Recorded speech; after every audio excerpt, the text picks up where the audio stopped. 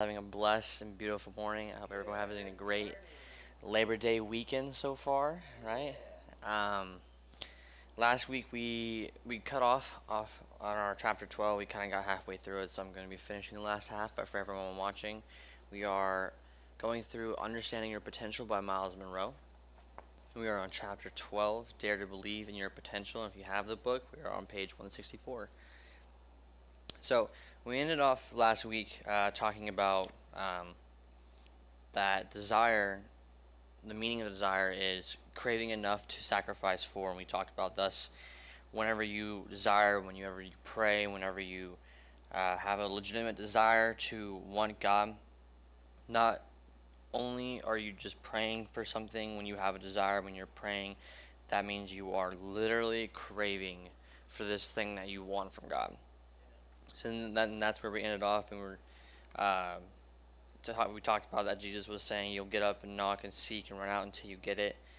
So your attitude when you are praying must not just be an attitude of just praying to God, asking for something. It must be a craving of desire when you are praying to God. But now we are in an area that says your desire controls your direction in life. So when you have a desire, it's going to choose the direction. So many people get distracted in life. They do not desire anything enough to keep on course. If you do not set a goal for your potential and say, look, I don't care what anybody says, that's what I want to become, you might as well forget it. You must have a goal that you desire so strongly that you will go after it no matter what the expense. If you're willing to do that, you have lost already. If you're not willing to do that, sorry. If you are not willing to do that, you have lost already. If you are willing to do that, kudos. But if you're not willing to do that, you have lost already because it is your desire for the thing that will keep you on the road of consistency. So, potential needs desire to place demands upon it. You must have a goal you desire so strongly, right? That you'll go after it no matter the expense. See, even dealing with the small jobs, even going through jobs that really aren't that great at pay or really aren't that good or having not that very good bosses, like the manager position that you want maybe in this company, or maybe even a higher position you want in this company, whatever it might be. If you desire to be there, you can get there. Even if everyone has to go through stepping stones. Everyone's gonna go through some small things in life, but the long-term goal is what matters. And during the long-term goal, you make short-term goals within your long-term goal, so you can finish off and get to the desire you want, right? Because if you can't make short-term goals first throughout your life, you're never going to reach the official long-term goal that you want. So say if you go work at a company, right, and someone starts off small, they're working a little job, they're only getting paid a little bit amount of money, but your main goal is to what? Be higher up in that company, right? And there are companies that allow for that kind of stuff. Some don't. Sometimes you really can't really get a higher position in some companies because they just don't really work that way. But especially in the hotel business, a lot of hotel businesses have the potential to say, hey, if I start at this position, a lot of times when people work there long enough, they'll get to a higher one and farther and farther.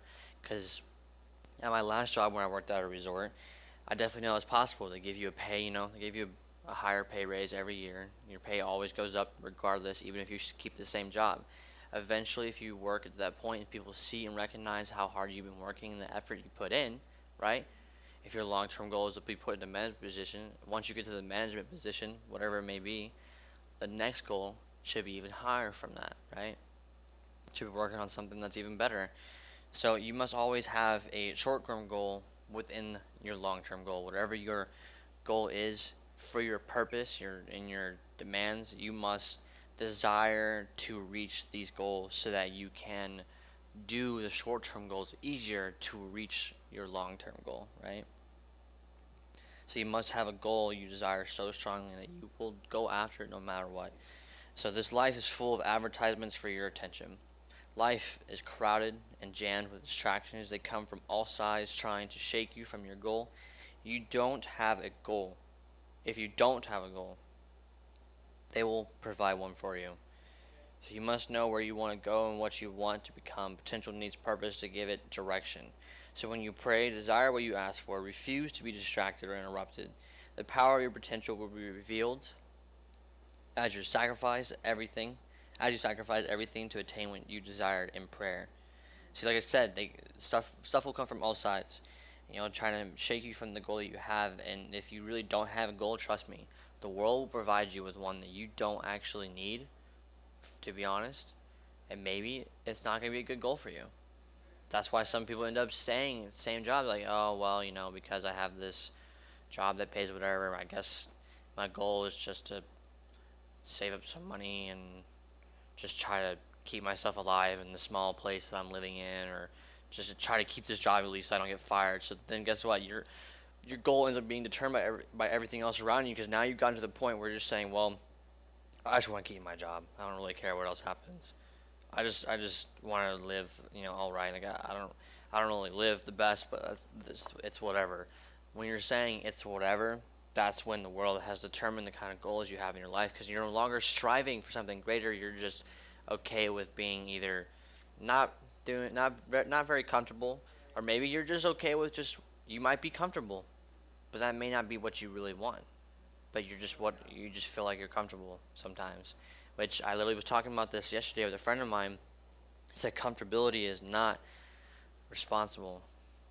Sometimes just being comfortable is not the most responsible thing to do, because then you're risking the chance to be greater in your own life, that you're risking the chance of not reaching the potential maybe that you have, right? You're not taking risks to go out and do something different. And sometimes you end up not making any friends at all. There are a lot of people who are just comfortable where they're at, and they have like maybe one or two friends, but no real friend group. And these one or two friends aren't doing much in their life anyways. They're just kind of people you knew, and you talk to them sometimes.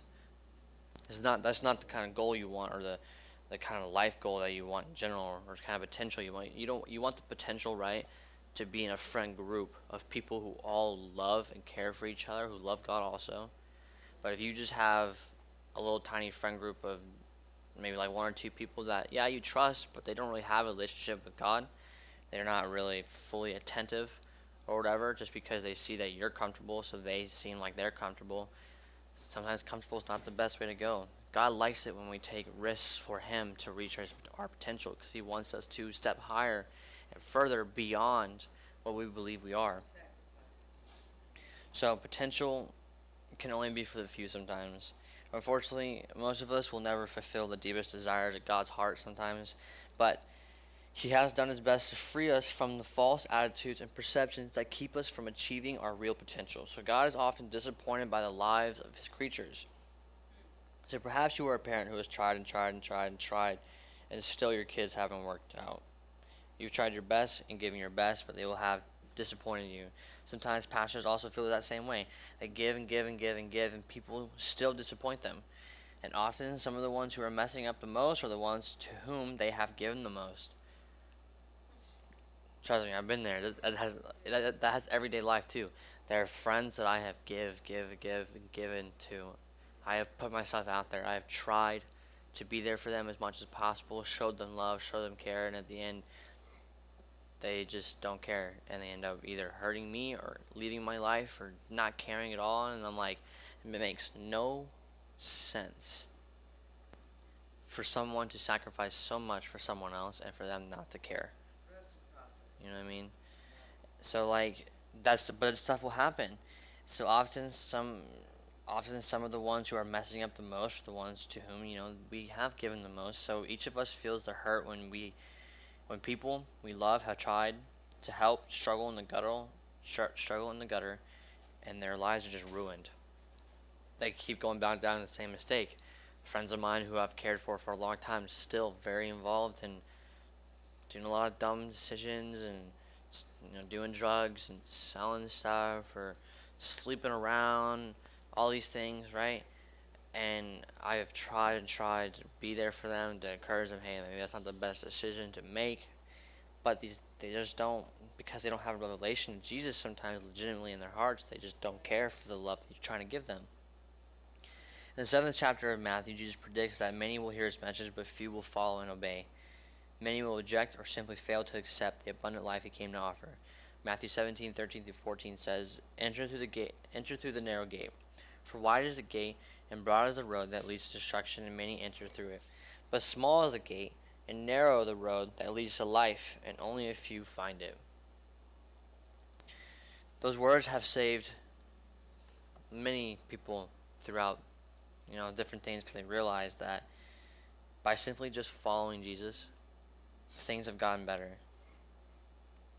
Right? Things have gotten better. So there are plenty of people that are going to read this book. Plenty of people that have read Miles' book, right? Who've probably been through it multiple times. People that would even listen to what is being taught by this, right? Even now, there might be someone who's listening, but just because someone's listening, it doesn't mean it's going to make a change. You can teach someone the same thing over and over and over and over again repetitively, but if they're not willing to accept it, to make a change in their heart when it comes to certain things, they're never really going to hear it, right?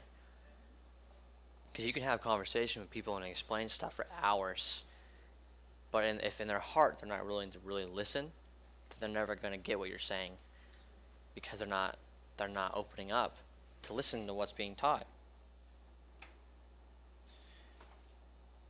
So only a minute percentage of those who hear a message sometimes about who they are will ever become all they could be. Many people will never fulfill their purpose in life. They will not be who they were supposed to be or achieve what they were designed to do. It's terrible. And that's why this is a book we decided to talk about, right? Because this is a book to talk about and just encourage people to fulfill that potential to reach and desire. Because if you could only take your desire and make it, if you take God's desire and make it your own, or take the desire that we have and make it your own, right? Then you can practice these things out. You can talk to God. You can figure things out. Because whether you fail or succeed, win or lose, does not depend on God, but on you at the end of the day. It is your decision, right, to build a relationship with God, and that means it's also your decision to not listen to what God has to say. Which means it's also your decision to not listen to what other people have to say, right? I see people talking about how your mental status is blah, blah, blah, or they try to say, oh, I deal with these things and whatnot, and at the end of the day, honestly, yeah, you might deal with whatever these issues are, whether it be anxiety or other social issues or whatever it might be that you suffer from mentally, whatever it might be, right?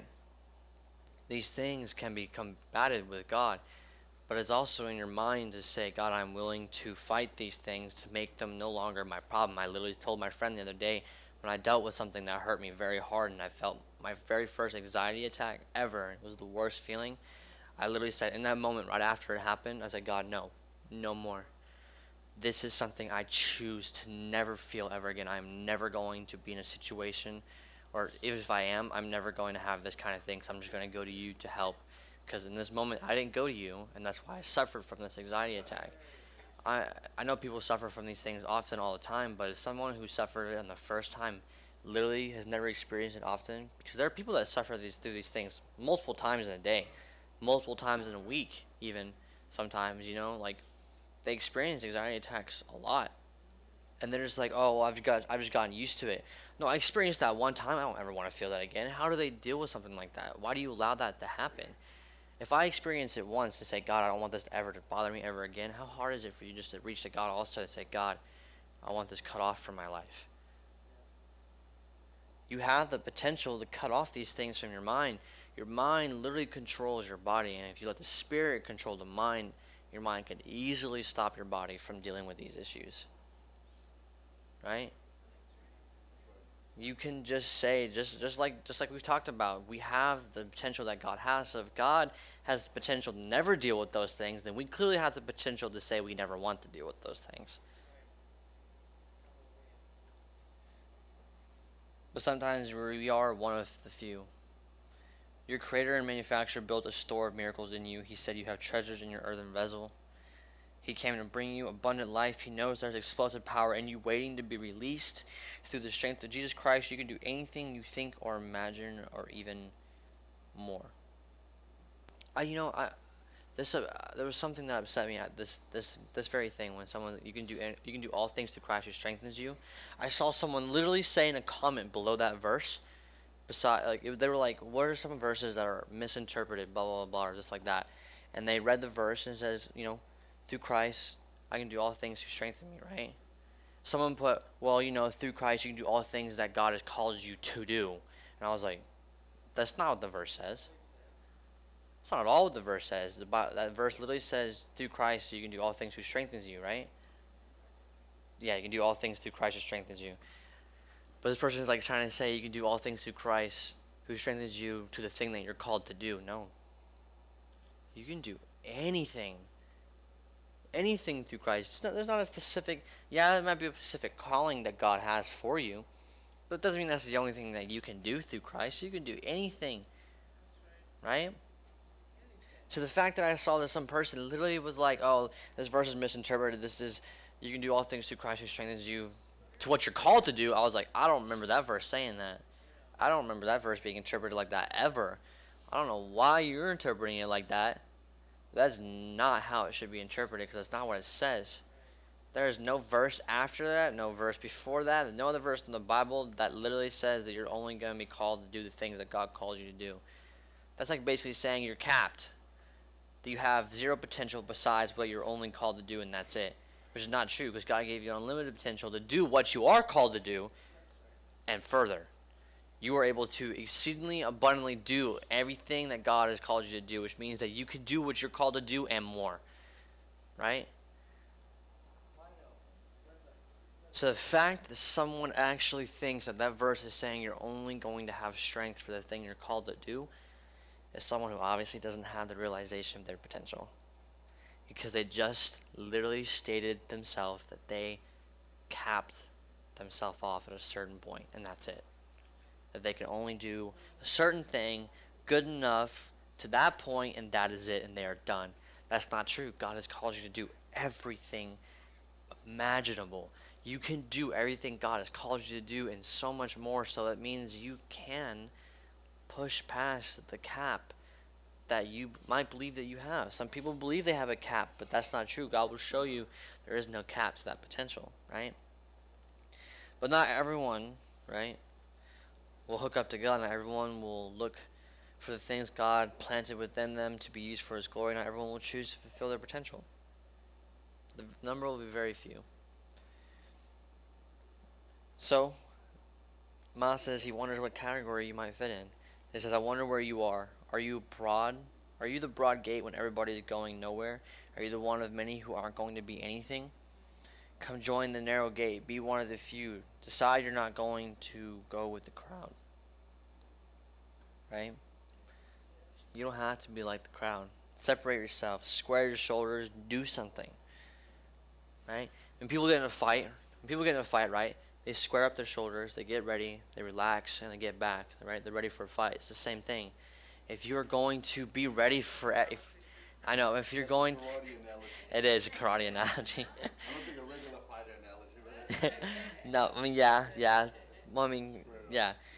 But if, and when you are in some fights, right? When you get in a fight, even in some boxing, if you watch up, they get back and they ready themselves, right?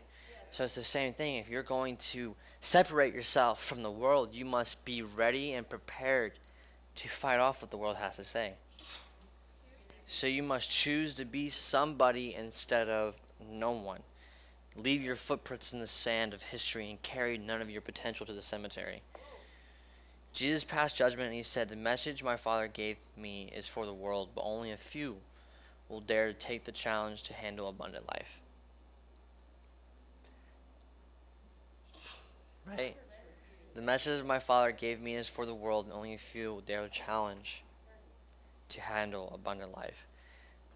So it's terrible that some people just don't wish to go further. Right? It's terrible that some people don't wish, that very few get this understanding, very few grasp what God wants for them. So are you just going to join other people, or are you going to be different from other people? What are you looking at? Are you going to give into your base nature and mess up your life getting lost so no one can ever find you? Or Are we going to be compelled to remember you because you made your mark on history? He's just staring at me. Like, not like at me, but like down my shoes or something. Can you decide that you are going to build so many monuments in people's lives that they won't have to put a store on your grave to remind us you lived? Or are you going to be one of those people whose grave has to be marked to make sure everyone knows you used to live on this planet? You're making your mark, right? You put your foot in the sand, make your mark, you make a difference, you make history in some way. Even if it's not history to everyone else, it's history to the people you influenced. For some, the story of what you did to them will pass on to their children. Like, hey, this man really blessed my life. And because of the blessing that he put on my life, I'm going to bless my generation and the generation after, right? Making an impact on one person's life can make a difference in many lives after. So sometimes first you just have to make the footprint in the sand for one before you can make the footprint in the sand for many, right? So you must not join the cloud. You must not join the crowd. You don't want to be lost. You must be different. Stick out like a sore thumb. Join the few. Be different from everyone else. The United States Marines establish a recruiting standard that may express this attitude of very few. They say, we just want a few good men. We don't want everybody or anybody. We want the few, the proud, the Marines, is what they say. Their training can be hard sometimes. I think our uncle used to tell us stories of different corps that had some intense training. He says the Marines go through some intense training because they believe that only a few can make it through. And the few that do make it through the Marines are pretty hardcore, some of them. They're pretty tough guys, and they get home from some of these things, and they're like brutes. They don't care what people think about them. They can be really, they definitely stand out. You can tell when you're walking by, like, oh, that dude's definitely in the Army or the Marines. Just from how they walk around, from the way they act. Obviously, if they dress like they are, then yeah, that's definitely more of a sore thumb. But you can tell just from how they act. Some of these guys are just a lot more rough. Like some of them have kind hearts, but they have a more rough nature because they were taught like that for several years now, right? So crowds sometimes don't have to be the most exciting thing. It's the few who are working on it, right? They're still plugging away from the world, and they're trying to be part of that few. So it's the few who don't allow disappointment to disarm them. The people that get very hurt by disappointment tend to fall off, right? So they are motivated by their failure and refuse to quit until they are finished. That's what the few will do. Failure is not something that does not actually hurt them. Failure is a motivation to say, all right, it messed up, whatever. Thomas Edison took so many tries, right, to make the light bulb. Did it stop him? No, he eventually made it, right? I don't remember how many tries he actually did. It had to be thousands, probably. So many attempts. Thomas Edison tried so many attempts to make the light bulb. And throughout every one, he said, all right, whatever, it messed up. How do I do better? That's all that mattered. He did not give up until it was made. So many tries, and he finally did it. He made the light bulb. I mean, look at that. We got lights, right? So that's the thing. If someone can go through that many tries and eventually figure it out and succeed, we don't have to go through that many tries to figure out what God wants for us. Sometimes it takes a simple understanding of saying, hey, God, help me figure out what I need to do. And yes, you're going to make life mistakes, but just because something fails doesn't mean you actually failed at something. Failure is not something you have to be afraid of, right? Yeah, you need practice. But failure is not something to be afraid of, because failure is just supposed to be a stepping stone. When you mess things up, it's just a stepping stone. That's all you gotta think about it. Mistakes are stepping stones. Sometimes people being disappointed is just a stepping stone of you showing you, hey, maybe obviously the disappointment shouldn't affect me. Sometimes I just need to make the next step. So are you a can-do person? Are you brave enough to face that challenge and take the risk to be effective? Will you dare to believe the impossible no matter what others say?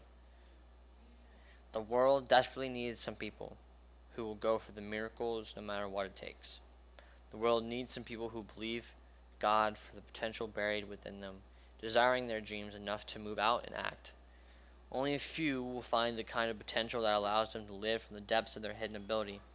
But for those who do, deep wells of possibilities will come to light as God reveals, right, to them more and more of what He planned for the foundations of the world. So you must join the few, release the miracles hidden in your thoughts, dare to try even after you fail, become connected to God, and find out who you are and what you can do. You must give your potential a chance. So that's saying a chance. People never give themselves a chance to make change. And there are some people who are so stubborn to who they are that when something changes, they will literally freak out because they don't know what to do. They will literally freak out because they don't know what to do because it's something that they just don't want. They literally force themselves to believe that they don't need to change anything, which is not true because the problem is things change all the time. And the people who believe that nothing's going to change in their life are full of it, man. They don't understand that. They don't they don't understand that throughout the day even something changes. Your mood's not going to be the same the entire day. You might be happy one minute and the next minute you're upset about something. You might be upset about something, but the next minute you're just going crazy about how cool something is. You're excited. You might be excited the next second you're back to being mad again about something. Your moods change all the time, so if they can't even recognize that in life something's going to change, they first need to recognize, one, I think, if you realize that your moods change throughout the day, then obviously you need to grasp the idea that something is always changing regardless. Because your mood can change anytime, at any moment, within a second. You know, people have mood swings. It kind of sounds dumb, but people have those things. You know, they go through that. You know, their mood will change drastically within a second.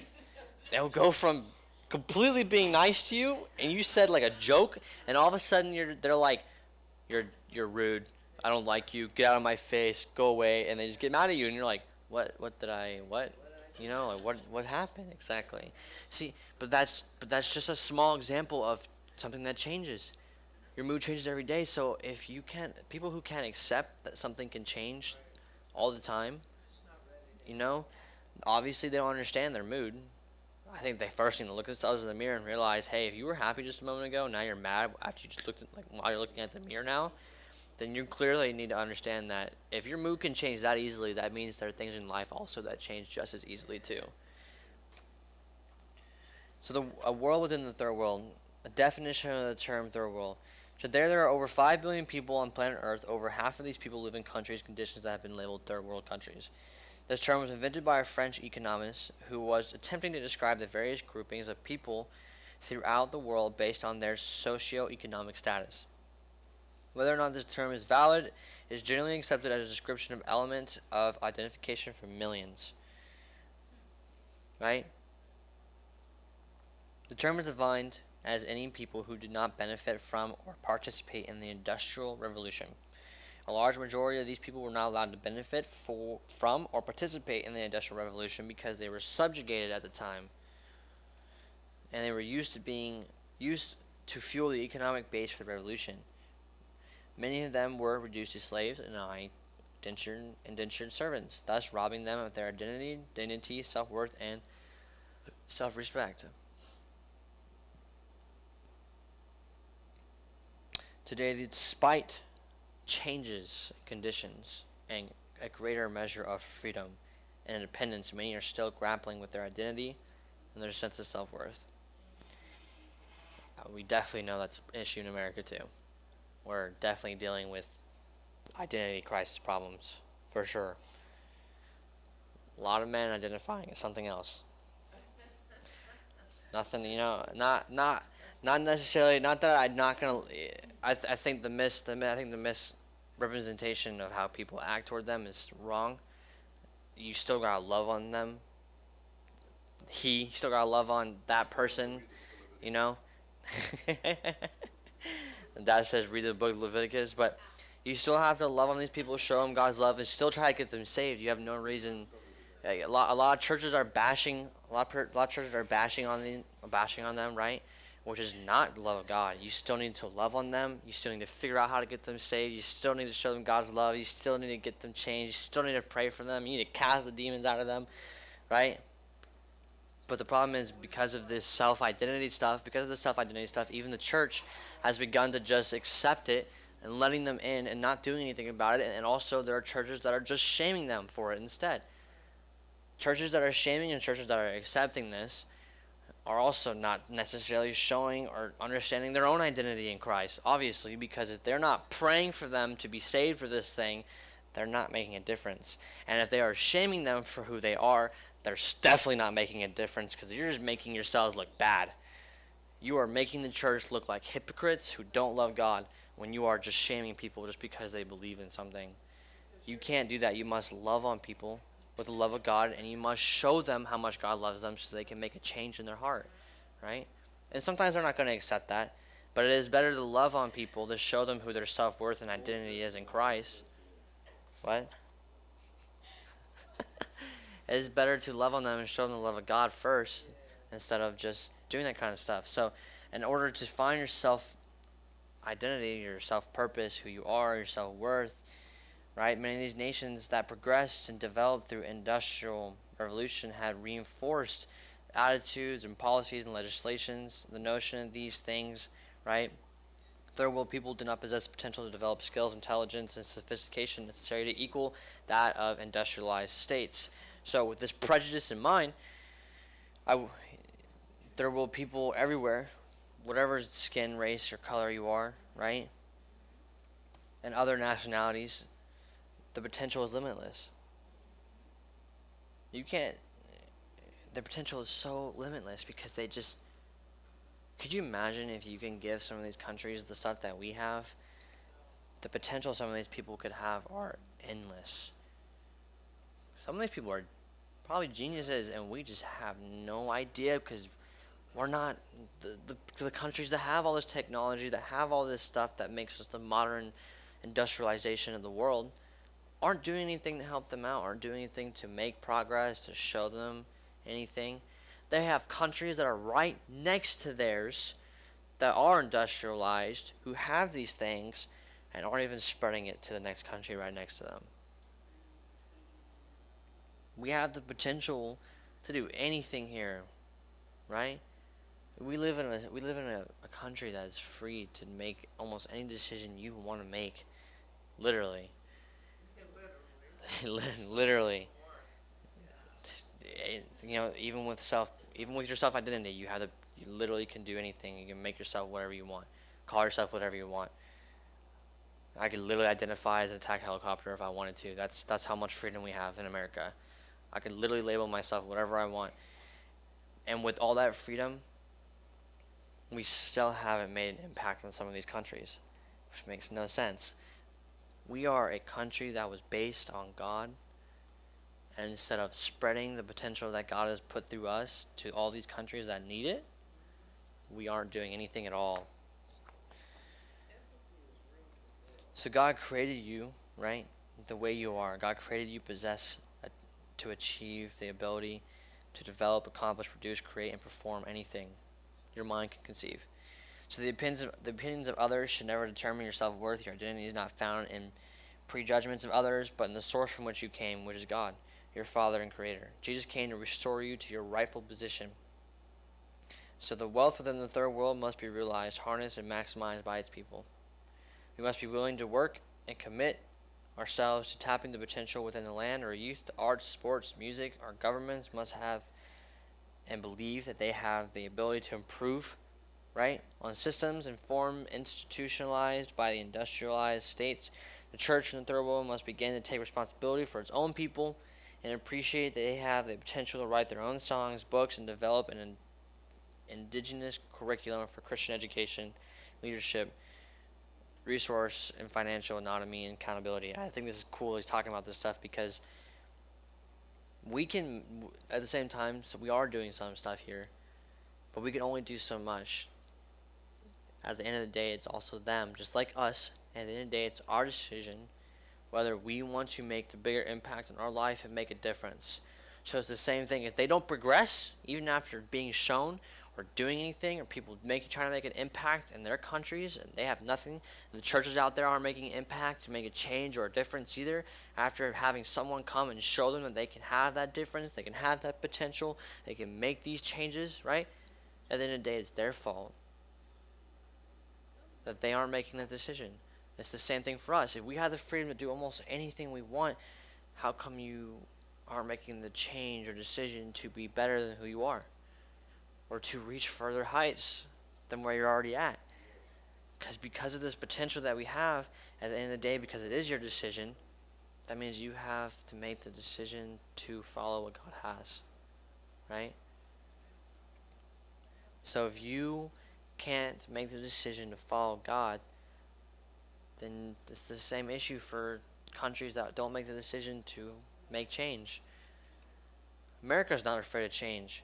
We change things all the time in weird ways, but we still change things.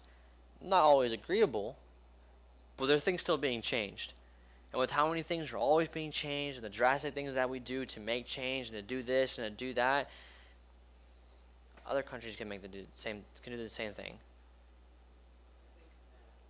Other countries can do the same thing. They can make the ultimate decision to just try to change things in their lives. But just like how people decide, well, it's not that big a deal, making the same decision, it's not that big a deal to them. So like I said, at the end of the day, it's always going to be you. No one else chooses the decisions you make. No one else determines who you're going to become. No one else decides what you're going to do or the goals you have or who you're going to be, right? Because it is crucial that we do not inhibit the potential that we have. We chart a new course for the future by being destroyed by our preoccupation with the past. So we have the responsibility to deposit the wealth of our potential in this generation and the next generation, and to build their future on our faithfulness and becoming everything we can possibly be. So just as there is a forest in every seed, there is a new world within your world. So whatever God calls for, He provides for. So whatever God calls for, He provides for, right? So I think the biggest thing you got to take from understanding your potential is that you have to make that decision to open up yourself, to figure things out, to start anew with certain things, right? It is ultimately going to be you who figures out what God calls you to do. No one else determines the potential you have. What? You gotta have a point of beginning, source, Yeah. which you can stand and then walk. You have to make God your source. He needs to be the beginning of the potential that you have and the source you're going to have, right? Yeah. Well, it's not a question. Getting back to just saying that, you know, you could do above what the Lord calls you to. You have the potential to do whatever. We were taught, and I know many churches teach that, to stay in a limited, I don't know what I want to say. A bubble. Yeah, and that's the reason why people are afraid to walk out of that. Yeah, that is true. If they're taught that. And you're not taught, you know, be free, go, you know, I know the local churches do not teach that. No. Not all local churches, not to stereotype, but Yeah. yeah, so that's where it all comes from. I know I had to come out of that. It is very true. Like I said, it can be very sad because the church doesn't understand how great their potential is sometimes. And there are a lot of churches that, yeah, they are not teaching on what it means to be above and beyond what God has called you to be. They say, hey, God loves you. God has a plan for you. Whatever that plan is, though, you need to figure it out, and then that's where you're going to be. And that's it. They tell you this is your bubble, this is your box, whatever you want to call it, and this is where you are good at, and this is where you're going to be good at, and this is where you need to stay. So some people end up staying only playing music for church the rest of their life. Some people stay only teaching sometimes the rest of their life. Some people end up staying just being a little Sunday school teacher the rest of their life, or a youth group pastor, whatever it might be. Some people end up staying a certain way their whole life because they believe that's the only thing they're called to do. And yeah, you might still I mean, there are youth pastors that love God and they are making big changes and huge impacts on kids' lives, and they are called to do that very thing. But they do more than just that too. But a lot of youth pastors and other pastors and people who are worship leaders and stuff, they get told and taught sometimes that, oh well, it seems like you were called to do this, and that's where you should stay, because that's what you're good at. And no, you can do all things through Christ who strengthens you. Not you can do all things through Christ who strengthens you and what you're called to do only. You can do everything through Christ who strengthens you. So God gives you that unlimited potential to do anything through Him, as long as you make Him the source. But that is the end of understanding your potential by Miles Monroe. If you were watching, or if you're watching the video after it's live, whatever it may be, if you enjoyed any of the teachings and you want to be able to read the book yourself, just look up Understanding Your Potential by Miles Monroe. I